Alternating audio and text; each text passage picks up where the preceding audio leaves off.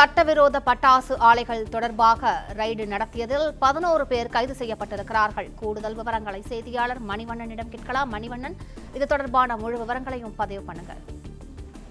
வணக்கம். விருதுநகர் மாவட்டம் சிவகாசி அருகே செங்கமலப்பட்டி காலையில் தோட்டத்தில் சட்டவிரோதமாக பட்டாசு தயாரித்த போது ஏற்பட்ட விபத்தில் 3 பேர் உயிரிழந்த சம்பவம் எதிரொலியாக காவல்துறையினர் தீவிர சோதனை தற்போது ஈடுபட்டு வருகின்றனர். அதன் அடிப்படையில் சிவகாசி கிழக்கு காவல் நிலைய போலீசார் நடத்திய அதிரடி சோதனையில் கீழ திருத்தங்களில் சட்டவிரோதமாக செட் அமைத்து பட்டாசு உற்பத்தியில் ஈடுபட்ட திருப்பதி, முத்துக்குமார், கணேசன், ஞானசேகரன், நாகராஜ், ராஜசேகர், அந்தோணி ராஜ் உட்பட 11 பேர்களை அதிரடியாக கைது செய்யப்பட்டுள்ளனர்.